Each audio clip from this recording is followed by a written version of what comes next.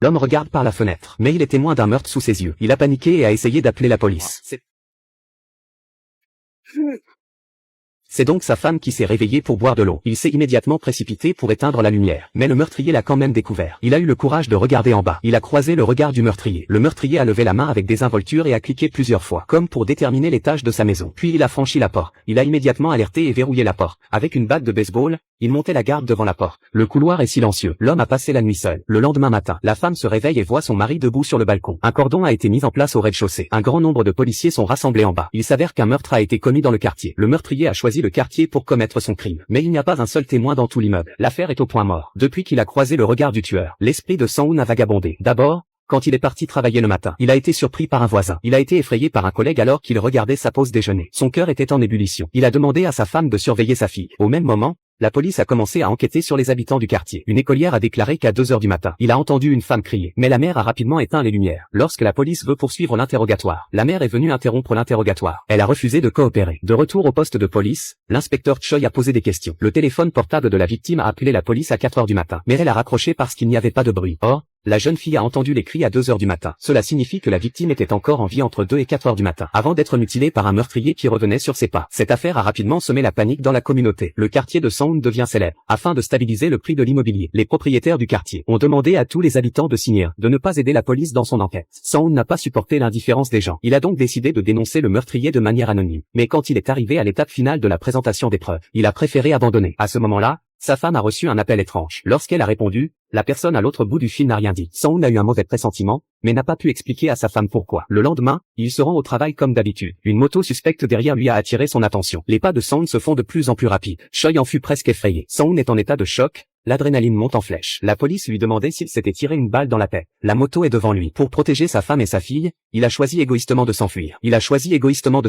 Après le travail, sa voisine du dessous a frappé à la porte. Expliquez pourquoi dès que vous entrez. Elle savait que Sang-hoon avait vu le tueur. Il a également reçu un appel du tueur. Mais elle n'a pas osé appeler la police elle-même. Elle voulait aller à la police avec Sang-hoon. Sang-hoon avait peur que le tueur s'en prenne à sa famille. Il a chassé la femme de la maison. Il ne le savait pas. Mais ce geste a poussé la femme vers la mort. Dès que la femme est entrée dans l'ascenseur, elle a senti que quelque chose n'allait pas. L'homme derrière elle semble être le meurtrier qu'elle a vu cette nuit-là. Elle a eu tellement peur qu'elle s'est empressée de regarder l'ascenseur. Heureusement, l'homme a appuyé sur le bouton du premier étage. L'ascenseur s'est arrêté au 4e étage. La femme est sortie calmement de l'ascenseur. Elle est soulagée de constater que l'homme ne l'a pas suivi. Mais dès qu'elle a saisi son mot de passe,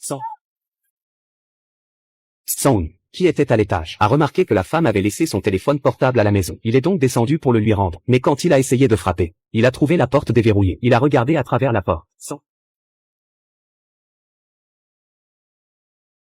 Sang-hoon a eu une peur bleue et s'apprêtait à sortir en cachette. Le téléphone a soudain sonné. Il s'est mis à courir pour sauver sa vie. Il a couru jusqu'au bureau de la sécurité. Il s'apprêtait à appeler la police lorsqu'il a entendu la voix de sa fille. Lorsqu'il s'est retourné, le tueur se tenait derrière sa femme et sa fille, les observant silencieusement. Après un moment de stagnation, il a choisi de poser le téléphone. Le meurtrier a également reculé. À ce moment-là, Choi est venu voir Sang-hoon pour chercher des indices. Il semble que Sang-hoon ait eu peur de parler à la police. Le meurtrier est réapparu et les a observés attentivement. C'est peut-être la meilleure chance. Si Sang-hoon avoue, alors tout serait fini. Mais il a hésité et s'est dégonflé. 정말 몰라요.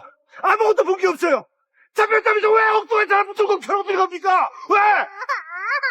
Depuis ce jour, Sang-hoon vit dans la peur. Ce jour-là, il a trouvé le mari de la femme dans l'ascenseur. Il savait que la femme avait été tuée, mais il ne pouvait rien faire. D'un autre côté, Choi a trouvé un indice. La nuit où la femme a disparu, une voiture a été volée grâce à la surveillance. Puis a finalement trouvé la voiture dans la rue. Puis a finalement retrouvé la voiture dans la banlieue. Par chance, la carte mémoire du GPS était toujours là. Après avoir récupéré les données, Puis a suivi les adresses figurant sur la carte. Finalement, il a trouvé l'adresse du suspect, mais il ne pouvait pas le condamner avec cette seule preuve. Choi a dû retourner voir Sang-hoon. Après quelques rencontres, il savait que Sang-hoon avait dû voir le visage du tueur. Il espérait que Sang-hoon témoignerait. Quand Sang-hoon a refusé de coopérer, Choi lui a dit, un autre homme qui a été témoin du meurtre a disparu. Il s'agit de Joo, le ramasseur de ferraille du quartier. Sang-hoon n'en peut plus. Il est retourné dans le quartier et a cherché partout. Il a finalement retrouvé Xiao-jiu dans une ruelle. Soudain, une silhouette suspecte s'est approchée par derrière. Sang-hoon a attrapé une canette et l'a balancée en arrière. Mais il ne fait pas le poids face à l'homme. Il est rapidement mis à terre, jusqu'à ce que Choi arrive de loin pour l'arrêter. Il s'avère que Choi a fait exprès pour forcer Sang-hoon à témoigner. C'est ce type, n'est-ce pas? Si vous témoignez, nous pourrons l'arrêter. Mais Sang-hoon refuse toujours d'avouer. Choi était tellement excité qu'il l'a attrapé par la chemise. C'est à cause de son égoïsme et de sa lâcheté. C'est pour ça qu'il a laissé le meurtrier continuer à tuer. Pendant qu'ils se disputaient, la police a reçu un message. Le suspect a été perdu. Ko, qui était ici il y a un moment, a également disparu. Kang Xiaojiu a été retrouvé. Sa tête était fracassée et ensanglantée. La vague de meurtre a fait prendre conscience à Sang-hoon. Ce n'est que lorsque le meurtrier sera complètement éliminé, sa vie redeviendrait paisible. Une paire d'yeux s'ouvre lentement dans la poussière. L'homme se redressa lentement, mais la scène qui s'offrait à lui le stupéfia complètement. Il y avait des cadavres humains et des squelettes tout autour de lui. Certains semblaient être morts depuis peu, d'autres étaient morts depuis des années et il ne restait que des squelettes. Il y a tout juste une semaine, un meurtre en série a été commis dans le quartier de Sang-hoon, mais la police n'a jamais trouvé de preuves directes. Ils n'ont pas pu attraper le tueur, jusqu'à ce que Sang-hoon sorte et identifie le tueur. La police s'est immédiatement mise au travail. Ils ont rapidement trouvé la maison du tueur, mais le meurtrier s'était préparé. Il a utilisé le micro-ondes pour déclencher l'explosion. Il s'est échappé. Les policiers blessés ont dû retourner au poste de police. Lorsque Sang-hoon a appris que l'arrestation avait échoué, Sang-hoon devient furieux. Après que le meurtrier se soit échappé, Sang-hoon était furieux parce que le meurtrier s'était échappé et qu'il allait se venger sur sa famille. Il a appelé sa femme et lui a dit de fermer la porte à clé. N'ouvrez pas la porte. Puis il a immédiatement arrêté un taxi et s'est précipité chez lui. De son côté, sa femme a raccroché le téléphone. Elle a entendu la sonnette de la porte. L'interlocuteur prétendait être la police venue les protéger. La femme a ouvert la porte en toute confiance. Le policier à la porte portait un sac. Il dit l'avoir trouvé devant chez elle. Mais quand elle l'a ouvert, c'était la tête de son chien.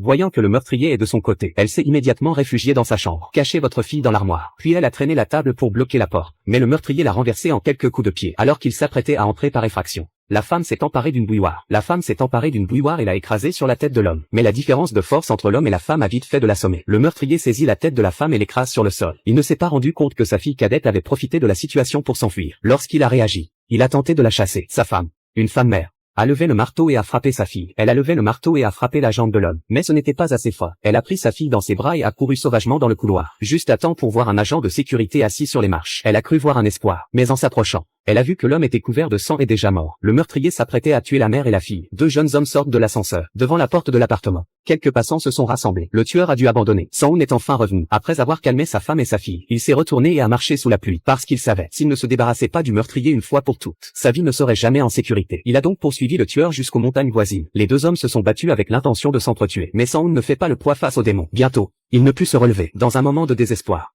il a saisi une branche. Il a frappé la tête du démon avec force. Leurs positions se sont inversées. Soudain, une coulée de boue les a emportés. Quand il a rouvert les yeux, Sang-hoon a trouvé des corps tout autour de lui. Ce n'était donc pas la première fois que le tueur commettait un crime. Je me demande combien d'innocents sont morts entre ses mains au fil des ans. Sang-hoon ramasse la pierre. Il est allé du côté du meurtrier, mais celui-ci avait déjà été transpercé par une branche d'arbre. Il ne lui restait manifestement plus beaucoup de temps à vivre. Finalement, Sang-hoon a laissé tomber la pierre et est parti. À l'hôpital, Sang-hoon revoit Choi. Il lui a demandé quel était le mobile du meurtrier. 저거 이유 없습니다. 사람 죽이고 싶다 죽이는 거죠. À la fin, Sang-hoon a pris sa femme et a quitté le quartier froid. Avant de partir, il s'est rendu dans le parterre de fleurs où la femme avait été tuée. Il a crié à l'aide, mais il n'y avait aucun son. Seul le vent hurlant lui répondit. Parfois, l'indifférence du cœur humain est plus grande que la cruauté du meurtrier. Si nous restons silencieux face aux dangers que courent les autres, alors, quand vous et moi aurons besoin d'aide, qui sera là pour nous aider?